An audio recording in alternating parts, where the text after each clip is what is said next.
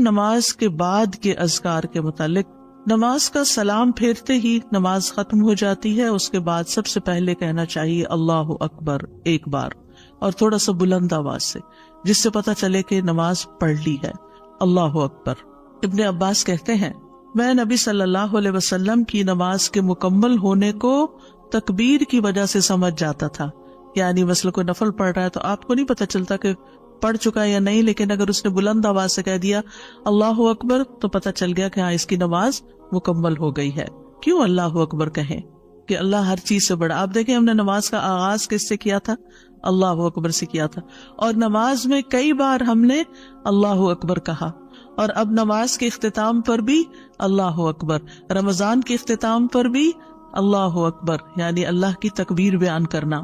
اللہ سبحانہ وتعالیٰ قرآن مجید میں فرماتے ہیں اتل ما اوحی الیک من الکتاب واقم الصلاۃ ان الصلاۃ تنہی عن الفحشاء والمنکر ولذکر اللہ اکبر واللہ یعلم ما تصنعون.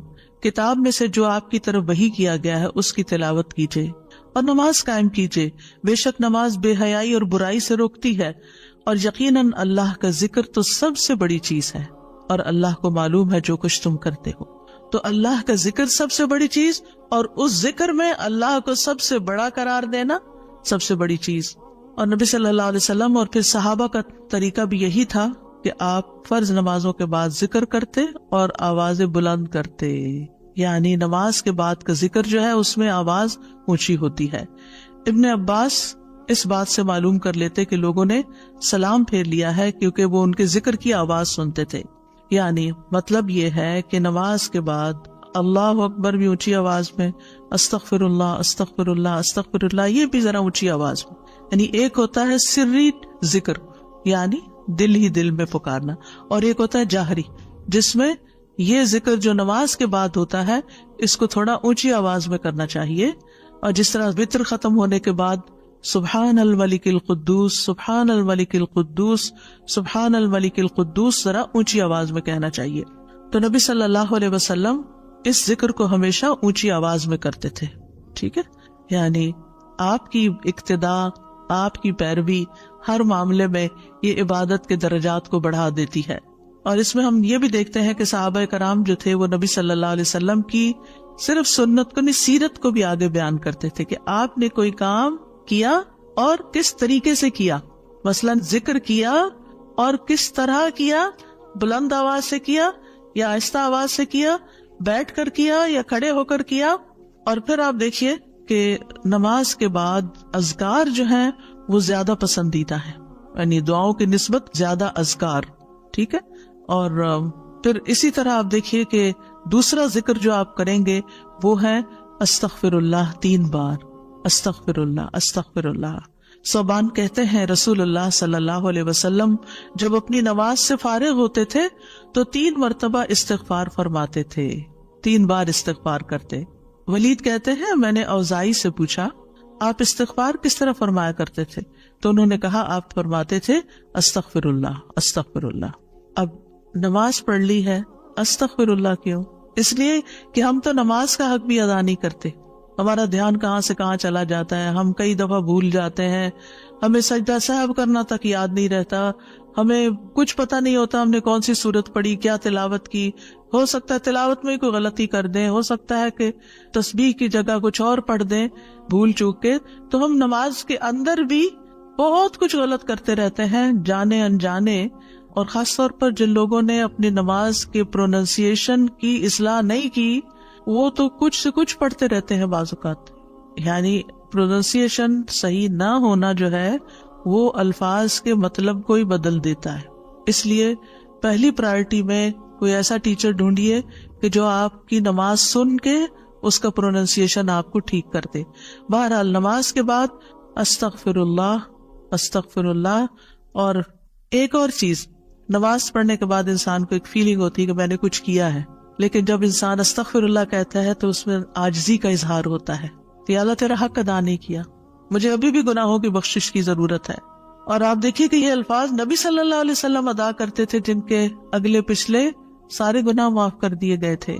تو جو شخص نماز کے بعد استغفار پڑھتا ہے وہ اپنی نمازوں پر کبھی فخر غرور تکبر نہیں کر سکتا.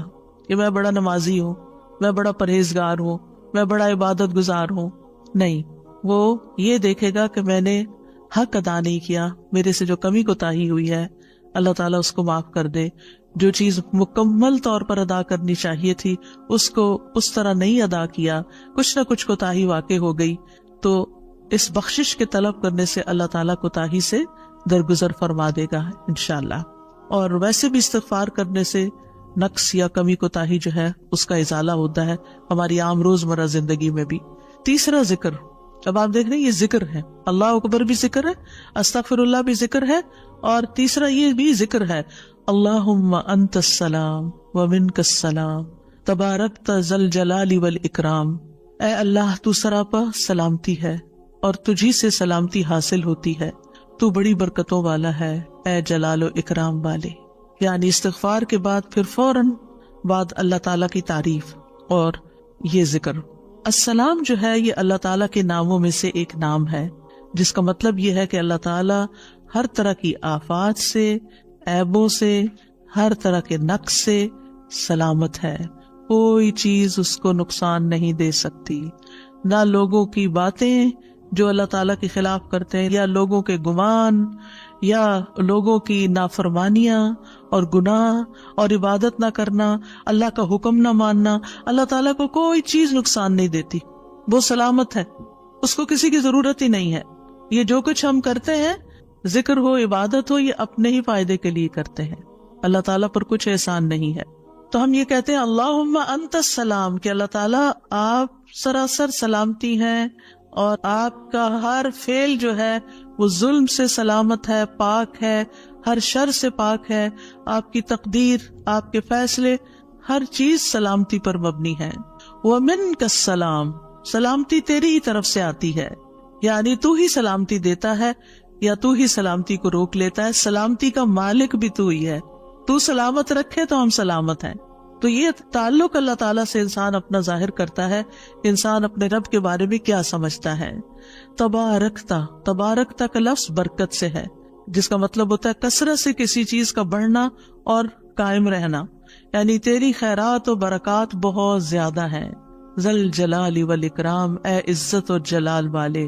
جلال کا مطلب ہے عظمت، بڑائی، اور اکرام کا مطلب ہے احسان.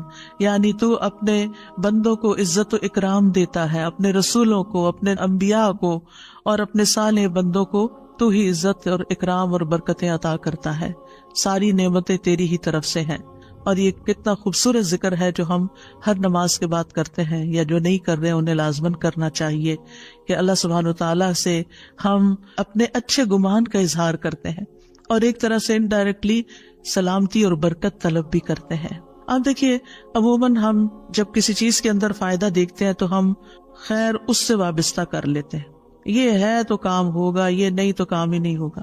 مثلاً آپ کوئی قلم خریدتے ہیں اور اس سے لکھنا شروع کرتے ہیں اور آپ کو اچھا لگتا ہے، یا آپ اس سے جو لکھنا چاہتے تھے آرٹیکل یا کوئی چیز یا نوٹس اپنے تو بڑے اچھے لکھ پاتے ہیں، تو آپ کہنے لگتے ہیں یہ قلم بڑا مبارک ہے. ٹھیک ہے بھائی، قلم اچھا ہے، فائدہ دے رہا ہے آپ کو، لیکن اصل تو اللہ نے آپ کے لیے یہ وسیلہ بنایا کہ اس نے آپ تک یہ پہنچایا. تو اصل برکت اور خیر اور سلامتی کا منبع اللہ رب العزت کی ذات ہے. چیزوں کے ساتھ مت چمٹ جائیے اور ان پر اتنے ڈیپینڈنٹ نہ ہو جائیں کہ اللہ کو بھول جائیں اور اللہ تعالیٰ کی نعمت اور اللہ تعالیٰ کا احسان یاد نہ کریں. تو اس لیے ہر نماز کے بعد ہم اس بات کا اقرار کرتے ہیں کہ ساری برکتیں تیری ذات سے ہیں یا رب، ساری سلامتی تیری طرف سے ہے یا رب، عزت اور اکرام تیری ہی طرف سے ہے یا رب، تو ہی جس کو چاہے اس پر احسان فرماتا ہے، لہٰذا ہم یہ سب کچھ تجھ سے ہی طلب کرتے ہیں. پھر آپ دیکھیے چوتھا ذکر ہے لا الہ الا اللہ وحدہ لا شریک لہ لہ الملک و لہ الحمد وہو علی کل شیء قدیر. یہ بھی آپ 3 بار پڑھ سکتے ہیں، یہ بھی ذکر ہے، یعنی 3 مرتبہ اللہ تعالیٰ کی توحید کا اقرار.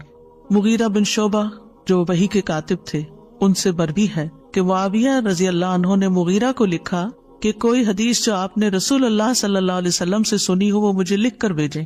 راوی کہتے ہیں کہ مغیرہ رضی اللہ عنہ نے انہیں لکھا کہ میں نے آپ صلی اللہ علیہ وسلم سے سنا ہے آپ اپنی نماز سے فارغ ہونے کے بعد 3 مرتبہ یہ پڑھا کرتے تھے لا الہ الا اللہ وحدہ لا شریک لہ لہ الملک ولہ الحمد وہو علی کل شیء قدیر.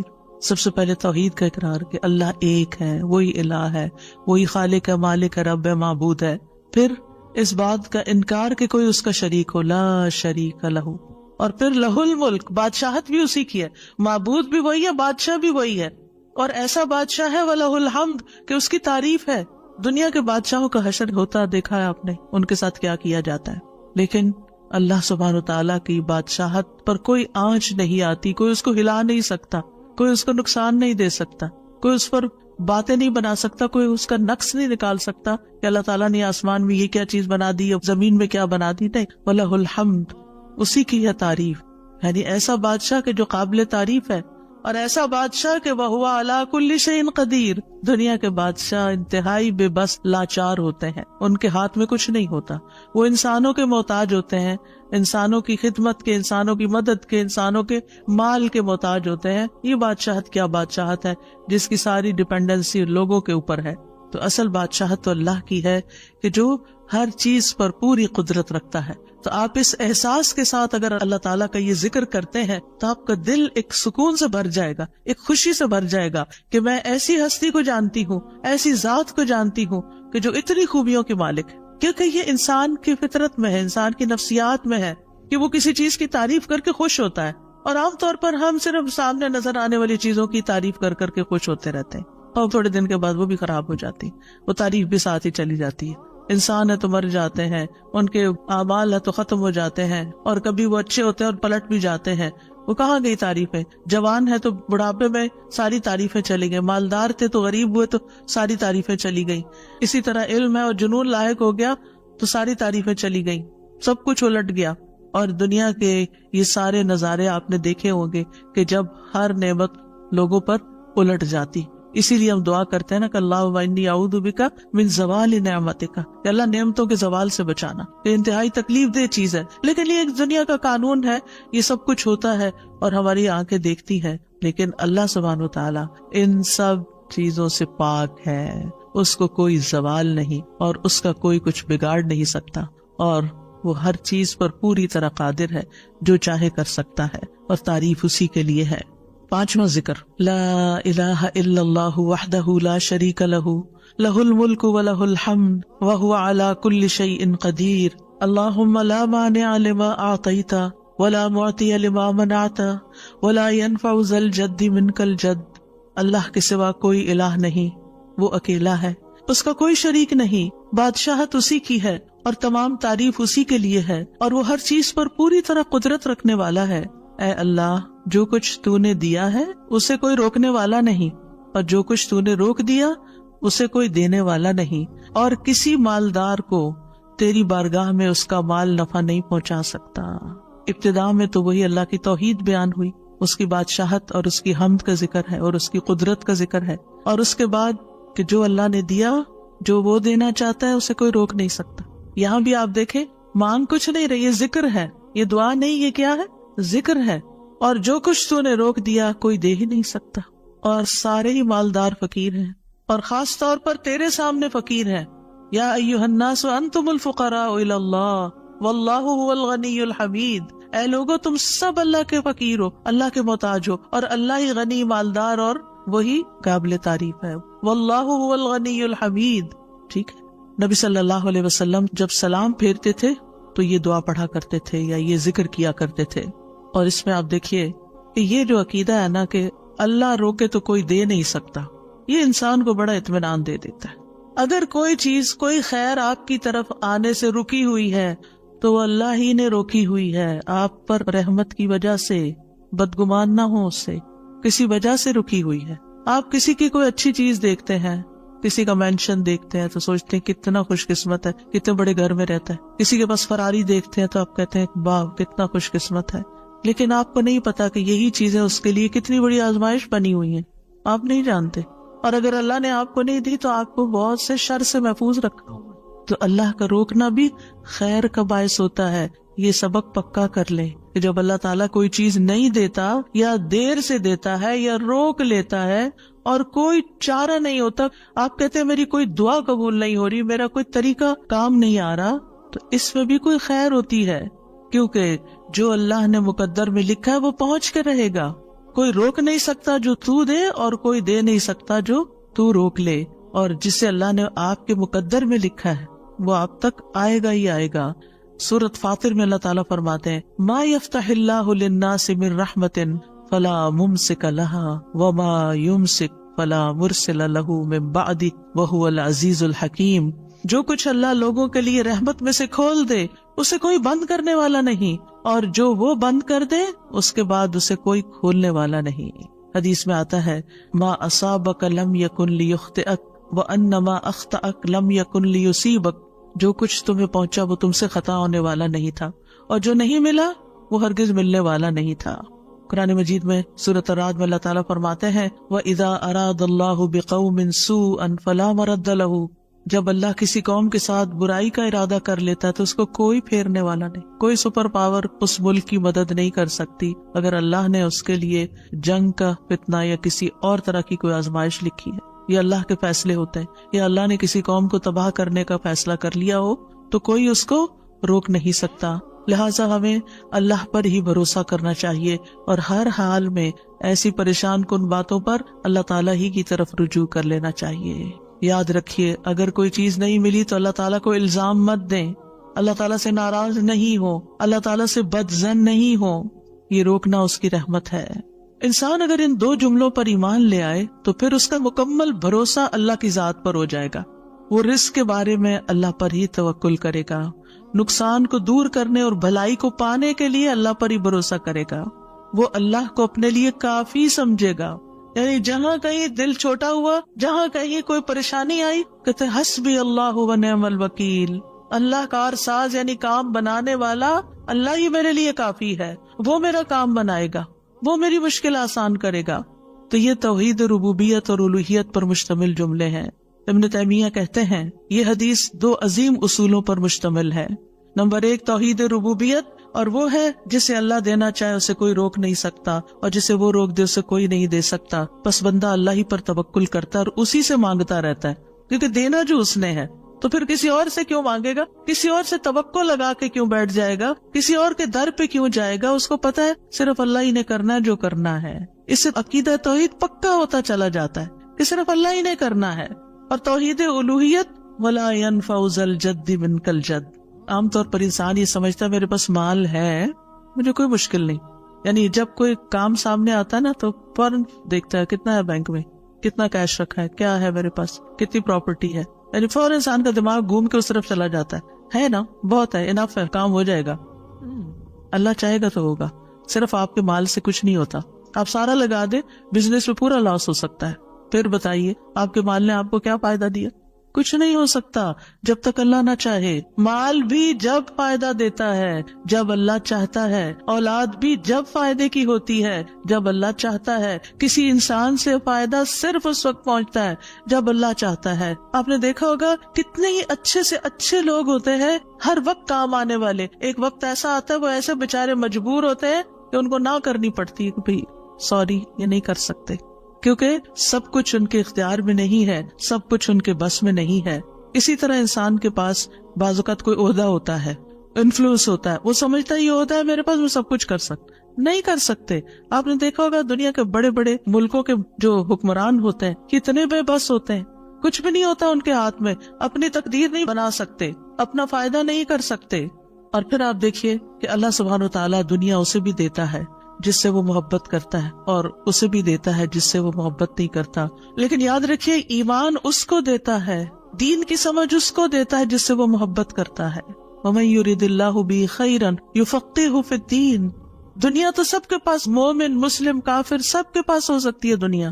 دنیا کے بڑے بڑے فائدے ہر ایک کو مل سکتے ہیں، لیکن دین اس کو ملتا ہے جس سے اللہ محبت کرتا ہے. لہٰذا انسان کو اللہ ہی کی طرف رغبت کرنی چاہیے، اور کبھی بھی اپنے مال پہ، اپنے جاہ پہ، اپنے ریسورسز پہ، اپنی قوتوں پر، اپنے علم پر کبھی بھروسہ نہیں کرنا چاہیے کہ یہ میرے لیے کچھ بنائیں گے اور ان کی وجہ سے میں آگے بڑھ جاؤں گا اور ان کی وجہ سے میرا بہت فائدہ ہوگا. کہ اللہ فائدہ لائے گا نا، ان میں سے کوئی ایک چیز بھی آپ کے پاس نہیں ہوگی تو آپ کا کام بن جائے گا.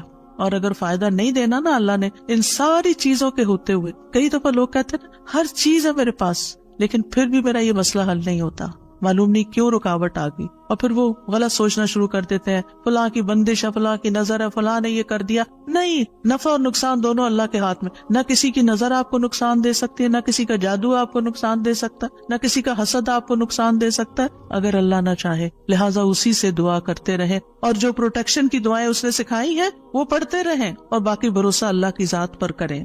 پھر چھٹا ذکر ہے لا الہ الا اللہ وحدہ لا شریک لہ لہ الملک ولہ الحمد وہو علی کل شیء قدیر لا حول ولا قوۃ الا باللہ لا الہ الا اللہ ولا نعبد الا ایاہ لہ النعمۃ ولہ الفضل ولہ الثناء الحسن لا الہ الا اللہ مخلصین لہ الدین ولو کرہ الکافرون۔ اللہ کے سوا کوئی الہ نہیں، وہ اکیلا ہے، اس کا کوئی شریک نہیں، بادشاہت اسی کی ہے اور تمام تعریف اسی کے لیے ہے، اور وہ ہر چیز پر پوری طرح قدرت رکھنے والا ہے، اور گناہ سے بچنے کی طاقت اور نیکی کرنے کی طاقت اللہ کے سوا کوئی دینے والا نہیں، اللہ کے سوا کوئی الہ نہیں۔ ہم صرف اسی کی عبادت کرتے ہیں، اسی کی ساری نعمتیں ہیں، اسی کا سارا فضل ہے، اور اسی کے لیے خوبصورت تعریف ہے۔ اللہ کے سوا کوئی الہ نہیں، ہم اسی کے لیے دین میں اخلاص رکھنے والے ہیں، اگرچہ کافر ناپسند کریں۔ ابن زبیر سلام پھیر کر ہر نماز کے بعد یہ کہتے، اور راوی کہتے ہیں کہ انہوں نے کہا کہ رسول اللہ صلی اللہ علیہ وسلم ہر نماز کے بعد ان کلمات کے ساتھ تحلیل کیا کرتے تھے، یعنی اللہ تعالیٰ کی حمد و ثنا بیان کرتے تھے۔ یہ بھی کیا ہے نماز کے بعد کا ذکر، اور اس میں آپ دیکھیے لا الہ الا اللہ وحدہ کے علاوہ لا حول ولا قوت الا باللہ، لا حول ولا قوت الا باللہ، کہ کوئی پھیرنے کی قوت یعنی کسی برائی کو نقصان کو دور کرنے کی، اور اسی طرح کوئی فائدہ حاصل کرنے کی قوت اللہ ہی کے پاس ہے، کسی گناہ سے دور ہونے اور کسی نیکی کے کرنے کی ہمت طاقت اللہ ہی کے پاس ہے۔ تو یہ لا حول ولا قوت الا باللہ بہت فائدہ دیتا ہے، اور اس کی کثرت کرنے کو کہا گیا ہے۔ اور لا الہ الا اللہ ولا نعبد الا ایاہ، ہم صرف اسی کی عبادت کرتے ہیں۔ لہ النعمت ولہ الفضل ولہ الثناء الحسن، نعمت بھی اور فضل بھی اور اچھی تعریف سب اللہ ہی کے لیے ہے، اور ہم مخلص ہو کر اللہ کی عبادت کرتے ہیں، مخلصین لہ الدین لا الہ الا اللہ ولو کرہ الکافرون، اگرچہ کافر ناپسند کریں، ان کو ہماری توحید اچھی نہ لگے، لیکن پھر بھی ہم صرف ایک اللہ ہی کو مانتے ہیں۔ ساتویں چیز ہے تسبیحات، سبحان اللہ 33 بار، الحمدللہ 33 بار، اور اللہ اکبر 33 بار، اور 34ویں بار لا الہ الا اللہ وحدہ لا شریک لہ لہ الملک ولہ الحمد وہو علی کل شیء قدیر۔ ہر نماز کے بعد ان تسبیحات کو پڑھنے کی فضیلت کیا ہے؟ ابو ہریرہ کہتے ہیں رسول اللہ صلی اللہ علیہ وسلم نے فرمایا، جس آدمی نے ہر نماز کے بعد 33 مرتبہ سبحان اللہ، 33 مرتبہ الحمدللہ اور 33 مرتبہ اللہ اکبر کہا تو یہ 99 کلمات ہو گئے، اور 100 کا عدد پورے کرنے کے لیے لا الہ الا اللہ وحدہ لا شریک لہ یہ ذکر کر لیا تو اس کے سارے گناہ معاف کر دیے جائیں گے، چاہے وہ سمندر کی جھاگ کے برابر ہو۔ یعنی 100 کا عدد پورا کرنے کے لیے کیا پڑھنا ہے؟ لا الہ الا اللہ وحدہ لا شریک لہ لہ الملک ولہ الحمد وہو علی کل شیء قدیر۔ رسول اللہ صلی اللہ علیہ وسلم نے فرمایا ہر نماز کے بعد کچھ ایسے اذکار ہیں جن کو پڑھنے والا یا جن کو کرنے والا کبھی محروم نہیں ہوتا، جن میں سے سبحان اللہ 33 بار، الحمدللہ 33 بار اور 34 بار اللہ اکبر۔ یعنی اگر لا الہ الا اللہ پورا نہیں پڑھ سکتے تو اللہ اکبر کو 34 بار کر کے 100 کی گنتی پوری کر لیں۔ پھر اسی طرح رسول اللہ صلی اللہ علیہ وسلم کے پاس کچھ فقیر صحابہ حاضر ہوئے، کہا کہ امیر لوگ بلند درجات اور ہمیشہ رہنے والی جنت حاصل کر چکے، حالانکہ جس طرح ہم نماز پڑھتے ہیں وہ بھی پڑھتے ہیں، جیسے ہم روزے رکھتے ہیں وہ بھی رکھتے ہیں، لیکن مال و دولت کی وجہ سے انہیں ہم پر فضیلت حاصل ہے۔ اس کی وجہ یہ کہ وہ حج کرتے ہیں، عمرہ کرتے ہیں، جہاد کرتے ہیں، صدقے دیتے ہیں، اور ہم محتاجی کی وجہ سے یہ کام نہیں کر سکتے۔ آپ نے فرمایا کیا میں تمہیں ایک ایسا عمل نہ بتا دوں، اگر تم اس کی پابندی کرو گے تو جو لوگ تم سے آگے بڑھ چکے ہیں تم انہیں پالو گے، اور تمہارے مرتبے تک کوئی نہیں پہنچ سکتا، اور تم اپنے سامنے موجود لوگوں میں سب سے بہتر ہو جاؤ گے سوائے ان کے جو یہی عمل شروع کر دیں۔ ہر نماز کے بعد 33 بار سبحان اللہ، 33 بار الحمدللہ، 33 بار اللہ اکبر، اور پھر 34ویں بار تو وہ ذکر آپ کو بتا ہی دیا گیا۔ اور اگر آپ 33 بار نہ پڑھ سکیں تو 10 بار سبحان اللہ، 10 بار الحمدللہ اور 10 بار اللہ اکبر پڑھ لیا کریں۔ یعنی اگر جلدی ہے تو پھر 10 بار بھی پڑھ سکتے ہیں. نبی صلی اللہ علیہ وسلم نے فرمایا 2 عمل ایسے ہیں اگر کوئی مسلمان بندہ ان کی پابندی کر لے تو جنت میں داخل ہوگا، اور وہ بہت آسان ہے مگر ان پر عمل کرنے والے بڑے کم ہیں. وہ کیا ہیں؟ ہر نماز کے بعد 10 بار سبحان اللہ، 10 بار الحمدللہ، 10 بار اللہ اکبر. فرمایا زبان کی ادائیگی کے اعتبار سے تو 150 بار ہیں، یعنی 5 نمازوں میں 10 بار، اور ترازو میں 1500 ہوں گے. اور جب سونے لگے تو 34 بار اللہ اکبر، 33 بار الحمدللہ اور 33 بار سبحان اللہ کہے. زبانی طور پر تو یہ 100 ہے مگر میزان میں یہ تسبیحات 1000 ہوں گی.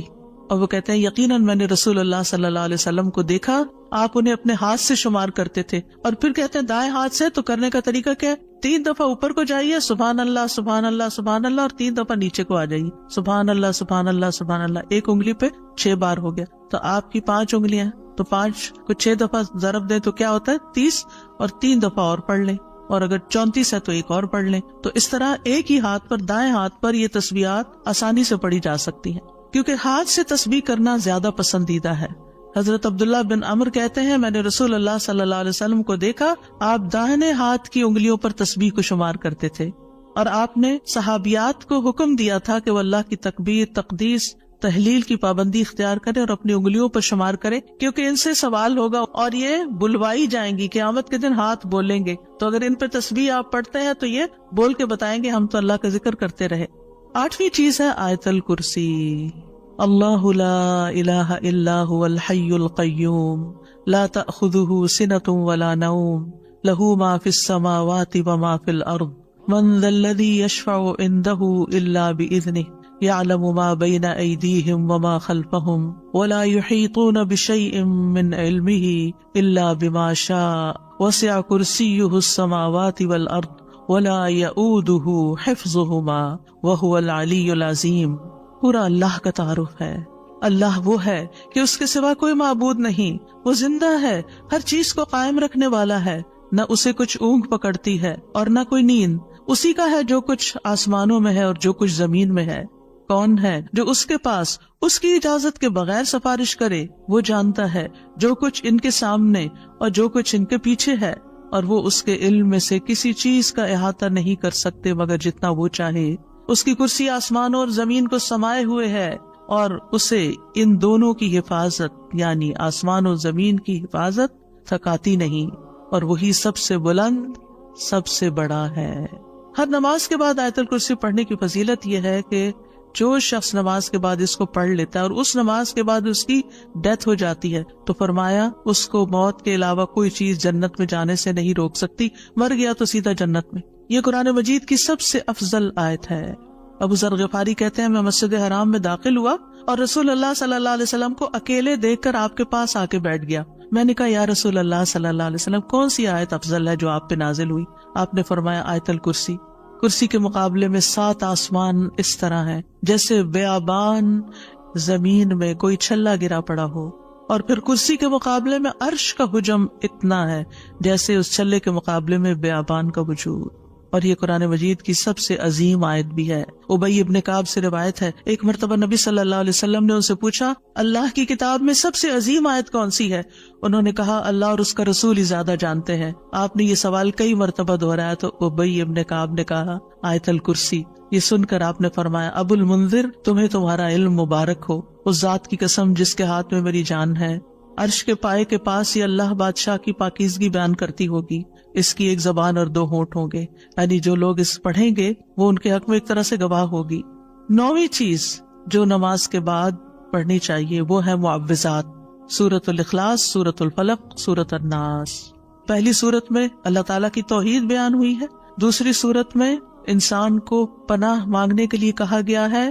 کہہ دیجئے میں مخلوق کے رب کے پناہ پکڑتا ہوں اس چیز کے شر سے جو اس نے پیدا کی، اور اندھیری رات کے شر سے جب وہ چھا جائے، اور گرہوں میں پھونکنے والیوں کے شر سے، اور حسد کرنے والے کے شر سے جب وہ حسد کرے. انہی چیزوں کا خوف رہتا ہے نا. کوئی جادو کر دے گا، کوئی حسد کر لے گا. ہر نماز کے بعد پڑھیں گے کس وقت وہ کرے گا؟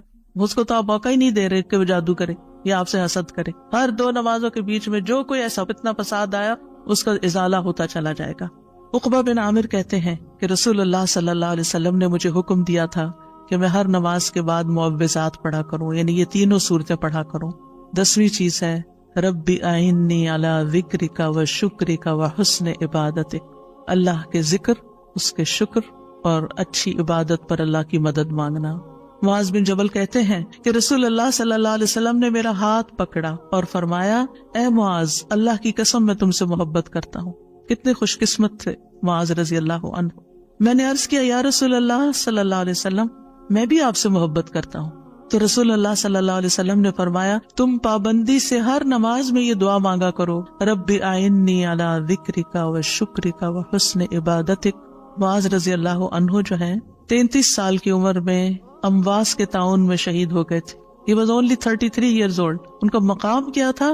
آپ کی بشارت کے مطابق وہ جنت میں علماء کے قائد ہوں گے، یعنی علماء امت کے جو عالم ہیں ان کو جنت کی طرف لیڈ کر رہے ہوں گے۔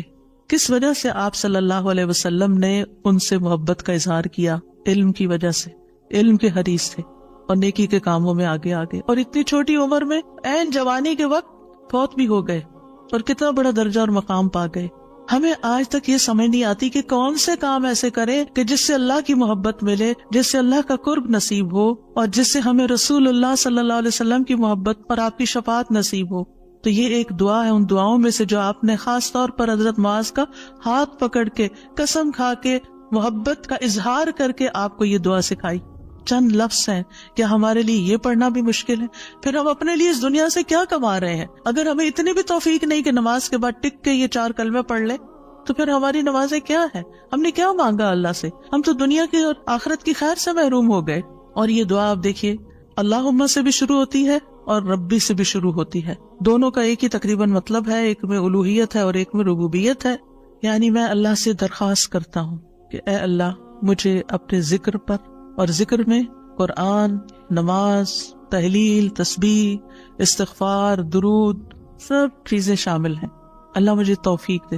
اور پھر وہ شکر کی بھی توفیق دے۔ اور آپ دیکھیے کہ جب ہم دعا مانگتے ہیں نا کہ اللہم انی علی ذکرک، تو مطلب یہ ہے کہ ہماری زبان جو ہے وہ آپ کی اطاعت کرتی رہے، وہ کلمات بولتی رہے جس سے آپ کا ذکر ہوتا رہے۔ یعنی ایک تو ہے یہ مسنون اذکار ان کا پڑھنا، اور ایک یہ ہے کہ اللہ تعالیٰ کی نعمتوں کا ذکر کرنا، اللہ تعالیٰ کے احسانات کا ذکر کرنا، اللہ تعالیٰ کی قدرت کی نشانیوں کا ذکر کرنا، اللہ کے فضل کا ذکر کرنا۔ وَأَمَّا بِنِعْمَةِ رَبِّكَ فَحَدِّثْ، یہ بھی ذکر ہے۔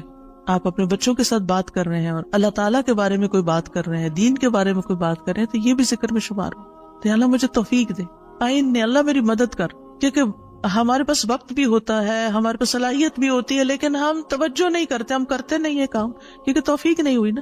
تو ہر نماز کے بعد، چونکہ فرض کے بعد دعا قبول ہوتی ہے، تو یہ دعا مانگنے کو کہا گیا۔ اور بعض کہتے ہیں اس کو سلام پھیرنے سے پہلے بھی پڑھ سکتے ہیں، جیسے رب جعلنی پڑھتے ہیں، یا اور کل جو میں نے آپ کو دعائیں بتائی تھی آخر میں نماز کے اختتام پر سلام سے پہلے، وہ سب مسنون اذکار تھے، لیکن علماء نے اس کے علاوہ جیسے رب جعلنی مقیم الصلاۃ، یہ نبی صلی اللہ علیہ وسلم نے نہیں سکھائی ہمیں کہ نماز کے بعد ضروری یہی پڑھی جائے، لیکن علماء نے کہا کہ جیسے اللہ کی حمد و ثنا ہوتی ہے تشہد میں، پھر اس کے بعد درود شریف ہے، اور پھر اس میں والدین اور اولاد دونوں کے لیے دعا ہے تو یہ پڑھ لیں۔ اس کے علاوہ جو چاہے قرآنی اور مسنون دعا یہاں بیٹھ کے پڑھیں، کیونکہ نماز کے اندر دعا مانگنا نماز کے بعد کی دعا سے افضل ہے، قبولیت کے زیادہ چانسز ہیں، جس سے اکثر لوگ غافل ہیں۔ سلام پھیرنے سے پہلے اللہم انی اسألک الجنۃ واعوذ بک من النار 3 دفعہ یہ پڑھ لیں، جو آپ کا دل چاہے پڑھیں، بس اردو میں نہیں، عربی میں یاد کریں کچھ دعائیں، قرآنی دعائیں، مسنون دعائیں اس وقت پڑھتے رہیں۔ تو پھر دوسرا ہے وہ شکر کا۔ شکر کہاں سے ادا ہوتا ہے؟ زبان سے بھی ہوتا ہے، لیکن اس کا اصل مقام دل ہے، وہ دل سے اٹھتا ہے۔ ذکر کی بات کر کے ہم نے کہا کہ اللہ ہماری زبان کو اپنی اطاعت کی توفیق دے، اور شکر کی بات کر کے ہم نے کہا کہ اللہ ہمارے دل کو اپنے ذکر کی توفیق دے، اپنی یاد کی توفیق دے، اور شکر ادا کرنے کی توفیق دے۔ یعنی میں ساری ظاہری اور باطنی نعمتوں پر اللہ کا شکر ادا کرنے کی توفیق مانگتا ہوں، یہ مطلب ہے اس دعا کا۔ زبان کا شکر کیا ہے کہ بندہ اللہ کی نعمتوں کا ذکر کرتا ہے، اور اعضاء سے شکر کیا ہے کہ بندہ اللہ کی اطاعت کے کام کرتا ہے، کیونکہ اللہ تعالیٰ نے آل داؤد کو کیا کہا تھا؟ اعملوا آل داؤد شکرا وقلیل من عبادی الشکور، اے داؤد کے گھر والو، شکر ادا کرنے کے لیے عمل کرو، اور میرے بندوں میں کم ہی شکر گزار ہیں۔ اللہ کا شکوہ ہے بندوں سے، کم ہی شکر گزار۔ کیوں؟ اس لیے کہ شیطان نے کہا تھا وَلَا تَجِدُ أَكْثَرَهُمْ شَاكِرِينَ، کہ انسانوں کی اکثریت کو آپ شکر کرنے والا نہیں پائیں گے۔ اور وَلَقَدْ صَدَّقَ إِبْلِيسُ ظَنَّهُ، ابلیس نے اپنا گمان سچ پایا کہ بندوں کو شکر سے ہٹا دیا۔ تو شکر کی توفیق مل جائے تو پھر شکر ادا کیا جائے، اور یہ شکر کا سلسلہ تو کہیں ختم ہوتا ہی نہیں، کیونکہ اتنی نعمتیں ہیں کہ ہم گن ہی نہیں سکتے۔ ابن رجب کہتے ہیں کہ دین میں یا دنیا میں اللہ کی ہر نعمت جو بندے کو حاصل ہوتی ہے اس میں نعمت کا شکر ادا کرنے کی ضرورت ہوتی ہے، پھر جو شکر کی توفیق ملتی ہے اس پر بھی شکر ادا کرنے کی ضرورت ہے، یعنی شکر پر بھی شکر، یہ ایک اور نعمت ہے، اس میں دوبارہ شکر ادا کرنے کی ضرورت ہے۔ پھر دوبارہ شکر کیا تو ایک اور نعمت مل گئی، اب کیا ہے ایک اور دفعہ شکر کریں، اور یہ سلسلہ ہمیشہ جاری رہتا ہے، یعنی شکر کا سلسلہ کبھی ختم نہیں ہونا چاہیے، شکر کرتے ہی چلے جائیں۔ وَحُسْنَ عِبَادَتِكَ، اور اپنی خوبصورت عبادت کی توفیق عطا فرما، اور خوبصورت عبادت اسی وقت ہو سکتی ہے جب اس میں اخلاص ہو اور نبی صلی اللہ علیہ وسلم کی اتباع ہو، اطاعت ہو۔ اطاعت اعضاء سے کی جاتی ہے، یعنی ہمارے اعضاء، ہاتھ پاؤں، ہمارا جسم یہ عبادت میں مشغول ہوتا ہے۔ بعض اوقات ہم ڈھیروں عبادت کر لیتے، ڈھیر سارے نفل پڑھ لیتے، بہت کچھ کر لیتے، لیکن اس کو کوئی کوالٹی نہیں ہوتی۔ یہاں یہ نہیں کہا گیا کہ کثیر عبادتک، یہاں کیا کہا گیا؟ حسن عبادتک، کہ اللہ خوبصورت عبادت کی توفیق دے۔ امام ابن تیمیہ کے بارے میں آتا ہے کہ جب وہ قید ہوئے تو اپنے سجدوں میں یہ دعا پڑھا کرتے تھے، اللہم اعنی علی ذکرک و شکرک و حسن عبادتک، کیونکہ اللہ کی توفیق کے بغیر ہم یہ کام نہیں کر سکتے۔ جس کی زندگی میں ذکر آ گیا، جس کی زندگی میں شکر آ گیا، اور جس کی زندگی میں خوبصورت عبادت آ گئی، وہ خوش قسمت ترین انسان ہے، اس کو سبھی کچھ مل گیا۔ اور جو ان چیزوں سے محروم ہے پھر ہر خیر سے محروم ہے، چاہے دنیا کی قارون جیسی دولت اس کے پاس کیوں نہ ہو، پوری دنیا اس کی فین ہو، اس کی تعریفیں کرے اور اس کی فدائی شدائی ہو، کوئی فائدہ نہیں ہے۔ ایک اور دعا ہے، رب قنی عذابک یوم تبعث عبادک، اے میرے رب مجھے اس دن کے عذاب سے بچانا جس دن تو اپنے بندوں کو اٹھائے گا۔ 3 بار یہ دعا، اے اللہ ہمیں اس دن کے عذاب سے بچانا جس دن تو اپنے بندوں کو اٹھائے گا۔ ایک دفعہ بھی پڑھی جا سکتی، 3 دفعہ کی شرط نہیں ہے۔ براء بن عازب کہتے ہیں جب ہم رسول اللہ صلی اللہ علیہ وسلم کے پیچھے نماز پڑھتے تھے تو ہم آپ کی دائیں طرف کھڑے ہونے کو پسند کرتے تھے تاکہ آپ ہماری طرف رخ کر کے متوجہ ہوں۔ براء کہتے ہیں میں نے آپ کو فرماتے ہوئے سنا، یعنی آپ پلٹ رہے تھے اور کہہ رہے تھے رب قنی عذابک یوم تبعث عبادک، یہ رات کو سوتے ہوئے بھی پڑھا کریں اور نمازوں کے بعد بھی، کہ اللہ اس دن کے عذاب سے بچا لینا جس دن تو بندوں کو دوبارہ پیدا کرے گا۔ 13 اللہم اغفر لی ما قدمت وما اخرت وما اسررت وما اعلنت وما اسرفت وما انت اعلم به منی انت المقدم وانت المؤخر لا الہ الا انت۔ اے اللہ میرے وہ گناہ بخش دے جو میں پہلے کر چکا، جو میں نے بعد میں کیے، اور جو چھپے ہوئے کیے اور جو ظاہر میں کیے، اور جو میں حد سے بڑھا رہا اور وہ جن سے تو مجھ سے زیادہ باخبر ہے۔ تو ہی نیکی اور خیر میں آگے کرنے والا اور پیچھے کرنے والا ہے، تیرے سوا کوئی معبود نہیں۔ نبی صلی اللہ علیہ وسلم سلام پھیرنے کے بعد یہ دعا پڑھا کرتے تھے، یعنی اس دعا کے بارے میں ثابت ہے کہ سلام کے بعد پڑھا کرتے تھے۔